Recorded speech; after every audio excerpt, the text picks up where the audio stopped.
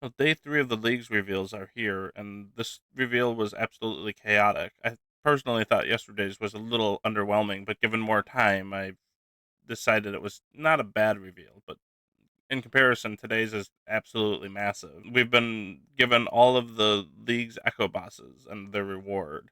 When if you don't know what the echo bosses are, that's basically what this entire league revolves around. Is It's called like Raging Echoes, and each region has an echo boss, which is just a stronger variant of the boss, a specific boss in that region that drops a unique item that's never been seen before. So we have a ton to talk about today, starting with Asgarnia. Asgarnia boss is Cerberus. There's a ton to talk about here. Um, Hits the target with every God Sword effect. Dog Sword, which is a sweet name by the way. It's the God Sword, but the Dog Sword. That's cool. Anyways, uh, the effect of the Dog Sword is it gets all of the God Sword special attacks at once. So you're getting the heal from Ceridom, and you're getting the freeze from Zami, the defense reduction or stat reduction from Bandos, the Armadillo's increased attack and accuracy, as well as the Ancient God Sword's extra little additional damage afterwards. So it's a very, very powerful special attack weapon. And it mentioned in the video, which was a 16-minute video, so we're not watching it today. Uh, it mentioned in the video that it would pair really well with a special attack relic. So they haven't leaked that yet, but it sounds like there will be a special attack relic. And if you can spam the special attack over and over again, it could just be a very, very powerful weapon. One more thing to note: it was mentioned that the Hellhound boss normally has to be killed on a Slayer task, but it sounds like if you kill it on a Slayer task once, you unlock the ability to fight this boss even off of Slayer task. Moving on to the second boss, this is the boss, one of the bosses we actually knew about and knew that it was a range weapon, and I think a lot of people, myself included, were predicting it would be like a blowpipe. But here we have the Kelphite Queen, which is the desert echo boss. Uh, it actually sounds quite powerful because the main takeaway from this boss was the special effect of it is that it rolls twice for accuracy, taking the higher result. It was mentioned that it's like the Fang for the blowpipe. It also has 2 tick attack speed, like a blowpipe.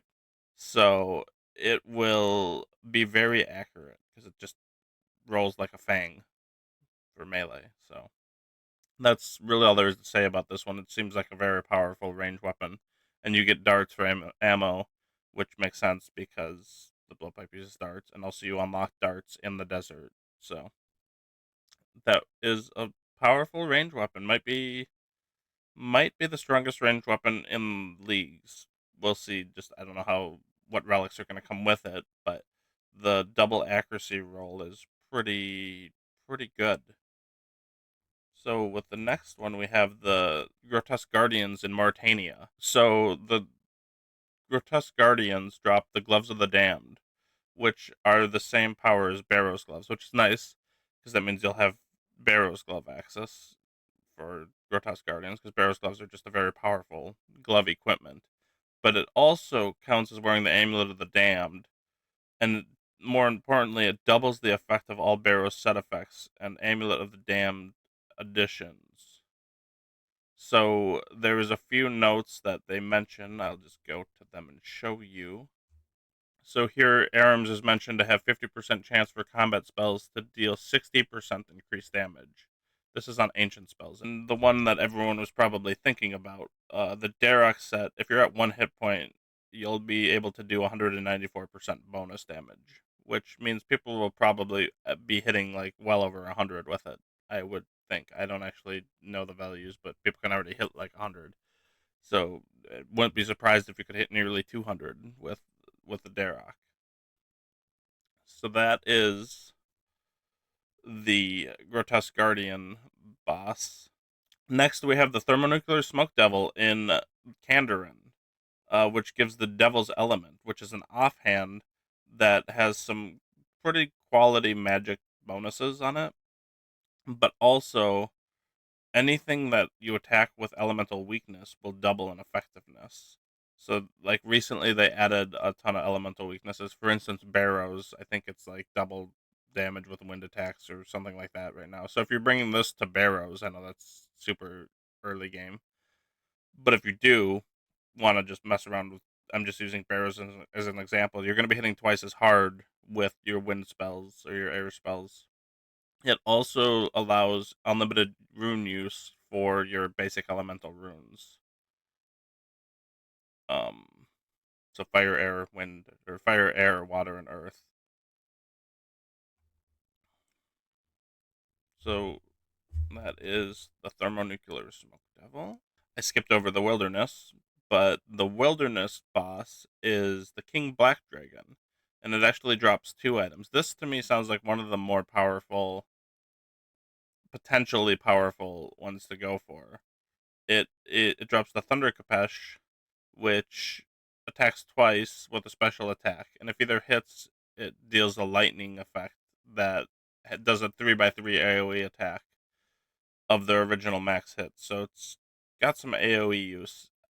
It also has a 20% chance to just trigger that lightning effect in a 3x3 radius for half damage of the original attack as you're just running around and hitting things without using a special attack. Additionally, if you're killing the Corporal Beast, it has no negative like effect during it because normally you have to use like a spear on Corp Beast, but you can use this weapon on the Corp Beast as well, so that'll make that grind a little easier if you get this.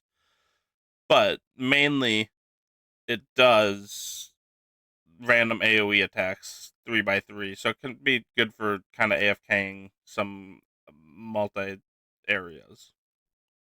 And we'll have to see how hard it hits and feels in game. And as well as having the Thousand Dragon Ward, which is a powerful offhand. I think it's got stats comparable to a Dragon Defender, but quite a bit more defensive stats on top of it as well. And it also grants immunity to basically any negative effect in the entire game, such as poison, venom, dragonfire, icy breath, more Mire decay, disease, desert heat, ice prison from Nex, brimstone dungeon floor. So if you're doing like Hydra, sulfur clouds, uh, cold and ice stat drain. So if you're going to God Wars and you don't want to deal with that, um, any negative effect in the game is canceled out by this offhand shield. It's similar but more powerful, I would say, than the melee relic of last season, where you couldn't be venomed and stuff, but you also can't be stat drained and some other stuff. And I don't think the melee one did that, but it's close. But now you have a shield to do that instead of a relic. So it is a very powerful relic that prevents any kind of negative thing from happening to you like that. And it's got some pretty beefed up stats on it as well for power and defense. That's the better part of it, I think, than the weapon, the melee weapon itself. But we'll see in action if the melee weapon is powerful. Then we have the Fremennik Dagonoth Kings. This was the other Echo boss that we knew about, but we didn't know what it would drop at all. And it actually is pretty simple. It just drops an Amulet of Monarchs and an Emperor Ring, which are both very powerful jewelry pieces. Better than anything in the game right now. You can look at like the magic damage is 10% and the magic damage is 5%. If you pair those with the shadow alone, those are going to be powerful. But then it also adds your melee. So it's a tribrid rings and tribrid amulets too, because it also adds a ton of defense and offense on range, melee, and attack. So if you get both of those, you have your best in slot jewelry taken care of. This is making me lean heavily towards Fremnik just for this alone, because your jewelry pieces are settled as like best in slot and tribrid on top of that, so you're not having to swap jewelry in combat because these will be the best in every scenario outside of maybe the Blood Fury. But it is very, very strong. They don't have any special effects or anything, they're just massive stat sticks. Next, we have Tyranwan, or Elf Place. The boss here is the Hunlif. So after you beat the Corrupted Gauntlet, you get an item where you can just go straight to the boss again to fight this thing, and it gives you a gear, a loadout basically to battle it against. It's a pretty neat idea. It gives you a Crystal Blessing, which gives you the power of all crystal armor bonuses into your melee weapons. which is 30% accuracy and 15% damage. So if you pair this with something like the uh, Darok set bonus from Mortania earlier, where it gets 194% damage, imagine doing that on top of the Darok or this blessing, because this will go on the blessing slot, and you're starting to see a ton more melee power built into the game. I think right now, just looking at all these, melee seems to be more of a heavy focus in this league. I think it was the weakest of the three last week league. Um, yeah, but it's a powerful set. You just need the full. Oh, no, I take all that back. You can't wear the Barrow's armor with this because you need to be wearing crystal armor.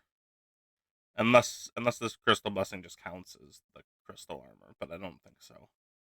But either way, like you get some power out of the melee. Like if you're using a Fang or something, you're getting a 15% damage and 30% accuracy, so you're just never going to miss, and you're gonna hit pretty hard. In Kourend, the boss is Hesperia, which drops the Nature's Reprisal, which is a unique weapon that offers all three combat styles at once. So you get to choose between attack, magic, and range when you're selecting the combat style. And the melee weapon shoots out a ranged attack as well. So it's actually a ranged attack, but it's using melee. Um, so it's a unique ranged melee weapon. It also has to be charged with one nature and 5 earth runes per attack, which is not great, but I'm sure that won't be too expensive or hard to get by the time you're using this thing. And I think we just have to see this one in action because it's a new weapon entirely. And finally, in Varlamar, you have to defeat Solheridot, who is the Colosseum boss, and you get the Sunlit Spear and the Sunlit Bracers. The Sunlit Spear has a attack, special attack similar to the weapon from Wilderness, where it's an AOE special attack, but it only goes off during the special attack. It's a little different though. There's some slight changes. For starters, uh, it has stacks up to 20 as you hit, and every 7 sunlight stacks, you're able to use a special attack that hits an AOE for 3 by 3 tiles. You also get a 3% damage increase per prayer point bonus. So things like the proselyte or from the boss itself, you can get the sunlight gear, which is the best prayer bonus stuff in the game. So if you're wearing that alongside the sunlight spear, you're probably gonna get like 100% damage increase. I think it's a plus 40 or maybe higher. It's pretty easy to, I think, at least stack up to like a 40 prayer bonus. And if you're using that, that means it's 120% damage on the spear. So this spear has potential to just go crazy, I think. But you also have to be wearing prayer gear. So we'll see how effective that is when it comes to the game. The other item you get from this boss is the Sunlit Bracers, and they double the healing of all food or healing sources. So a shark will heal 40 instead of 20. Sarah Brew heals up to 128 for the whole potion. um Everything is doubled. Like if you're using a lobster, you can use lobster for 24 food. I don't know why you would do that over using like a shark or Karamban, but you could. They also mentioned that it is additive with other modifiers, and for me that means maybe they're coming out with another relic that does something similar to this as well. So if that's the case, maybe there's another double food healing item where shark doubles as well. So instead of healing for 20, you're healing for 60, which is going to be big. And your shrimp finally will let you beat Jad by healing 3. So you'll finally be able to beat Jad. And that is all of the bosses. I think it's pretty exciting news. There's a ton to there's a ton to decide here. Which regions you're gonna pick may be changing now. If you were thinking about going for a twisted bow, for instance, on Zaya, but now you see the Calphite Queen drops that blowpipe, which might just be the strongest range weapon in the season. It's early, too early to tell. Or if you wanted to go, let's see, what are some other reasons? Or if you were looking for some sort of glove replacement because League's is kind of weak on the gloves. Like you have these Barrows gloves variant and the Grotesque Guardian, so maybe now you want to do Mauritania just so you have Barrows gloves. Um, or or if you were thinking about taking Kandarin because of the powerful jewelry accessories in Kandarin, you would probably not want to take Kandarin anymore. Now you'd want to take Fremennik because these jewelry pieces are just direct upgrades of those and better. So Kandarin is very weakened, I think, by the Dagonoth Kings and Fremennik. But it's a ton of interesting choices to be made now. I'm really not sure what I'm going to pick just yet. I have to look at it a little bit deeper. There is one more thing I want to mention, and that is they did say the difficulty of each of the regions, so I will quickly just go through each of them and tell you what difficulty tier they're described as. Cerberus was described as a master level boss. The Calphite Queen was an elite. The Grotesque Guardians are also an elite level boss. The King Black Dragon was an elite level boss.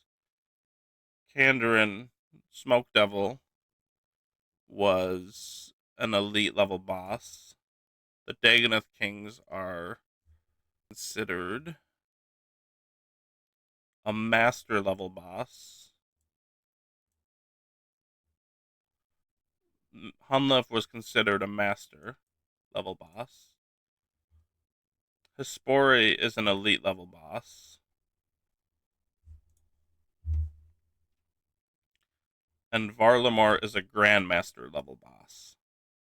But yeah, that's all I have today. So hopefully you guys like the video and let me know below which one of these new powerful items seems the best and what regions you might be taking now because of it.